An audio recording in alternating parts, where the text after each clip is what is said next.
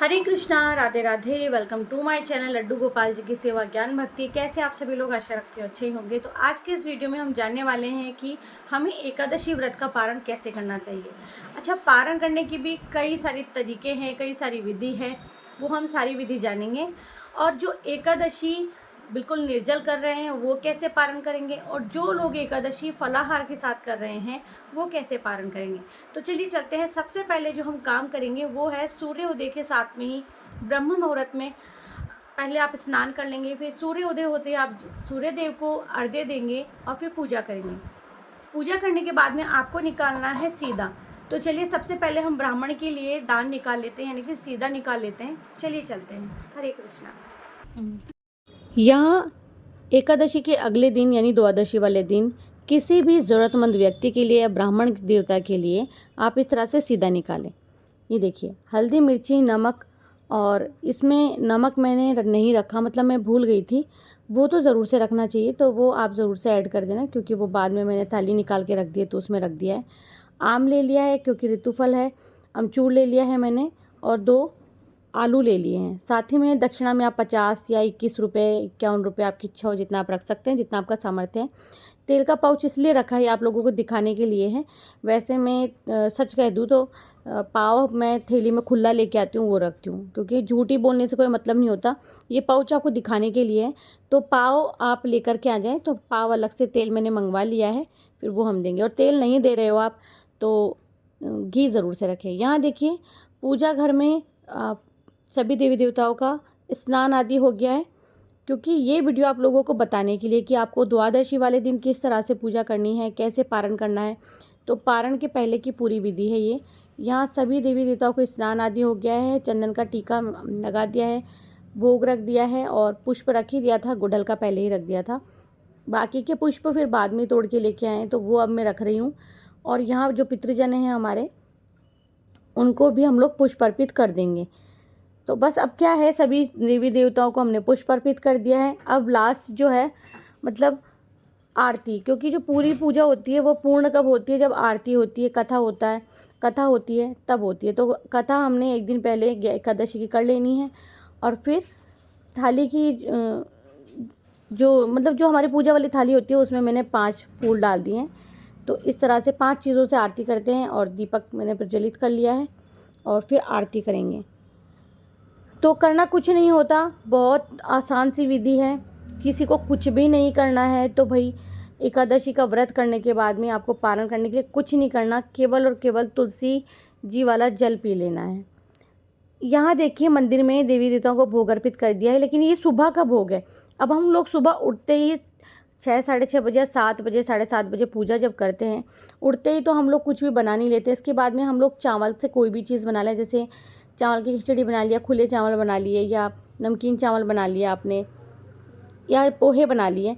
इस तरह से आप कोई भी चावल से बनी हुई चीज़ का भोग ठाकुर जी को अर्पित कर दें, और वही आप ग्रहण कर लें। सुबह में जो आपको पारण करना है वो किस तरह से करना है, आपको केवल तुलसी का जो जल है वो 3 बार ले लेना, आचमनी कर लेनी है। जैसे कि आप देख रहे हैं तो आचमनी है, और इसमें तुलसी के बहुत बारीक बारीक पत्ते किए हुए हैं, क्योंकि तुलसी के पत्तों को हम लोग दांत के नीचे नहीं चबा सकते, इसलिए बहुत छोटे छोटे किए जाते हैं उनको, ताकि वो पानी के साथ में हमारे गले में चले जाएं।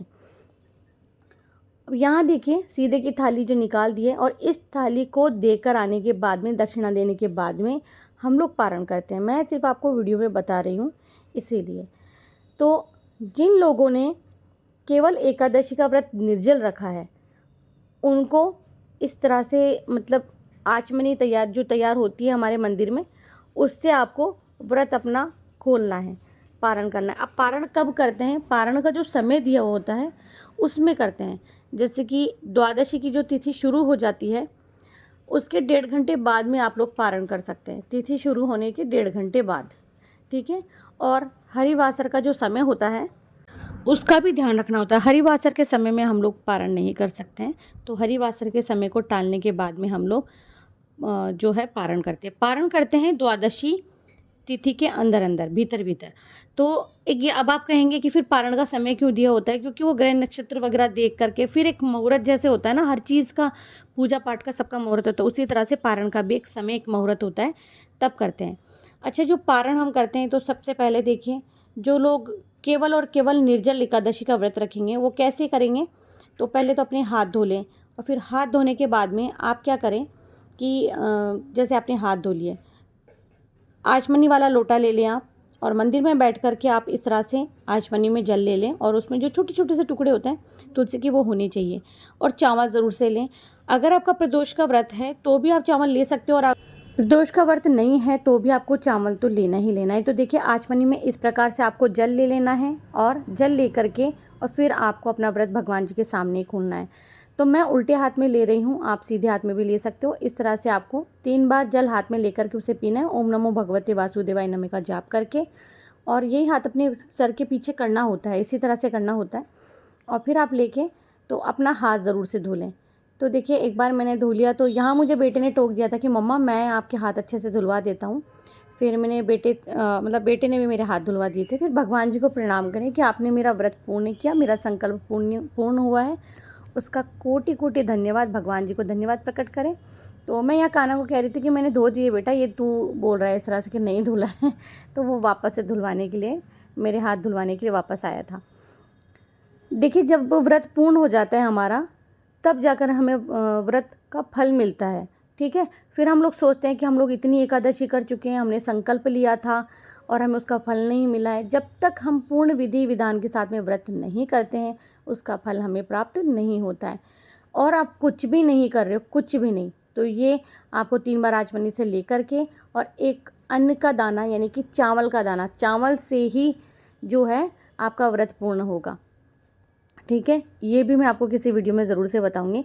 तो जिन लोगों का प्रदोष का व्रत है वो एक दाना अपने बिल्कुल अंदर कंठों में रख के फिर आप जल पी लीजिए, आपका व्रत बिल्कुल खंडित नहीं होगा।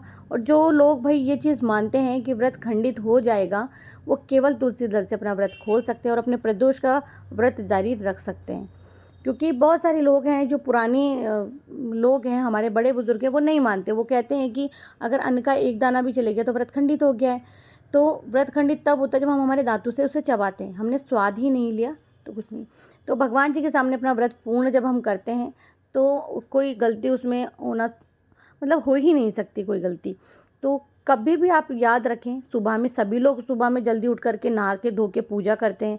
अगले दिन हमें पूजा करके पारण करने के बाद में ही अपने एकादशी का व्रत को पूरा मानना है।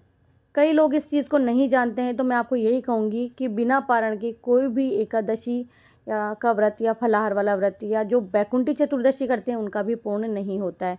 और ये दक्षिणा और ये जो आप देख रहे होंगे कि मैंने सामने रखा है दिया नहीं, तो मैं आपको वीडियो बना के दिखा रही हूँ। आप पहले ये देख कर के आएँ, फिर आकर के अपने व्रत का पारण करें। इसी तरह से मैं जब बैकुंठी चतुर्दशी का व्रत करती थी, वहाँ मुझे जब जल देने लगे, चरणामृत तो मैंने नहीं लिया था, क्योंकि मैं मानती हूँ कि चरणामृत से व्रत टूट जाता है। मैं ही नहीं, चरणामृत से व्रत टूट जाता है, इसलिए चरणामृत जब व्रत हो हमारा तब नहीं लेना चाहिए। इस बात का खास ख्याल रखना चाहिए। और मैं आप सभी से यही बोलना चाहूँगी कि सब लोग अलग अलग जगह से अलग अलग बात सुनते हैं, लेकिन आपका मन अगर कहे कि आप ये बात सही लग रही तो आप उस बात को मानें। कि मुझे लगता है कि मैंने सही बताई है जानकारी, और मैंने ये बहुत बार ये देखा भी है, सुना भी है। यहाँ देखिए जिन्होंने बिल्कुल निर्जल व्रत किया है, एक बूंद भी जल का अपने कंठों में नहीं डाला था, वो इस तरह से आलथी पालथी लगा के, चौकी लगा के बैठें और फिर जो भी फल की थाली ले ले। एक बात मैं आप लोगों को पहले से यहाँ बताना चाहूँगी कि यहाँ देखिए हाथ जोड़ के भगवान जी से नमस्कार कर भगवान जी को प्रार्थना करें कि भगवान जी को भी बोले कि आइए आप भी भोजन ग्रहण कर लीजिए, गौ माता को याद करें, और फिर इस तरह से फल और एक गिलास लेके बैठें। इस गिलास में तुलसी के पत्ते हैं।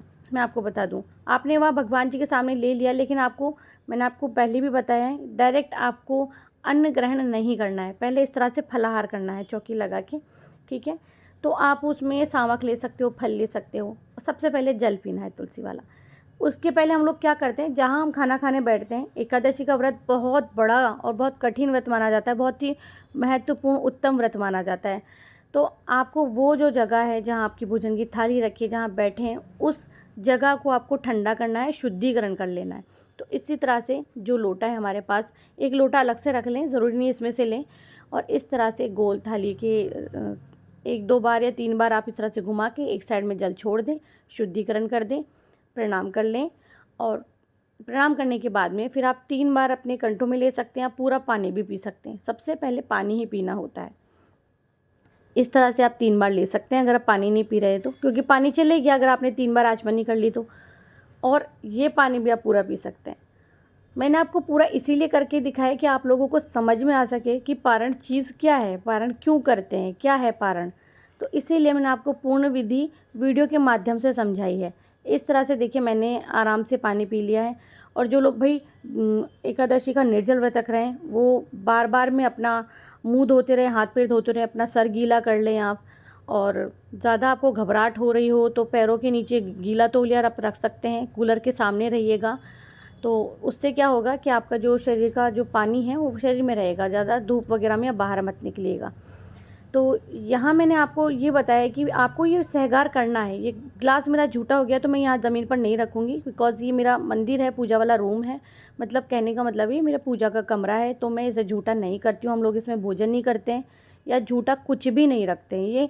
ये चीज़ हम लोग बहुत मानते हैं, झूठा बहुत ज़्यादा मानते हैं हम लोग। तो यहाँ बेटा मुझे कह रहा था कि मम्मा मैं कुछ लेके आता हूँ, आप गिलास तो रख देना। लेकिन क्योंकि मेरा एक हाथ झूठा हो गया तो मैं थाली के नहीं लगाऊंगी। बस मैं आपको बताना चाह रही थी कि इस तरह से आप पानी जैसे रख देते हैं, फिर आप ये जो फलाहार है ये पूर्ण करें। इसको पूर्ण करने के बाद में भगवान जी से हाथ जोड़ के प्रार्थना करें कि ये मेरा व्रत पूर्ण हुआ। जो भी है सभी भगवान जी को याद कर लिया। आप गौ माता को ज़रूर से याद करें, क्योंकि गौ माता में 33 कोटि देवी देवता विराजमान होते हैं।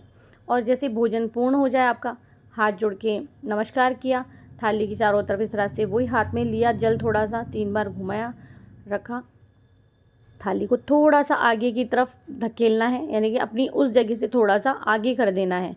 फिर दोबारा से प्रणाम करके आपको वहाँ से खड़े होना है।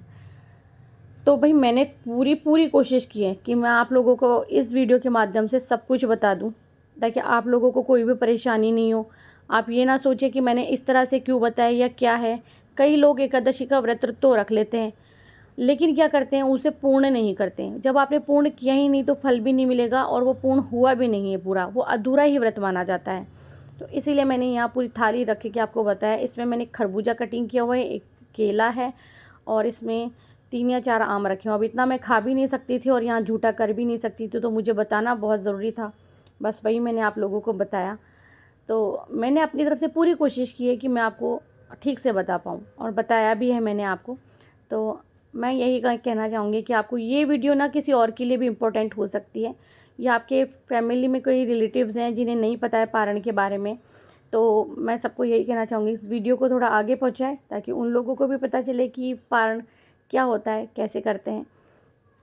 और एक बात का ध्यान रखना है आपको कि भाई वीडियो में लाइक का बटन ज़रूर से प्रेस कर देना, जिससे कि मुझे लगे कि हाँ मैं वीडियो सही बना रही हूँ, मुझे और बनानी चाहिए। तो मैं मिलती हूँ नेक्स्ट वीडियो में, आप सभी से लेती हूँ विदा। हरे कृष्णा, राधे राधे, हरि बोल।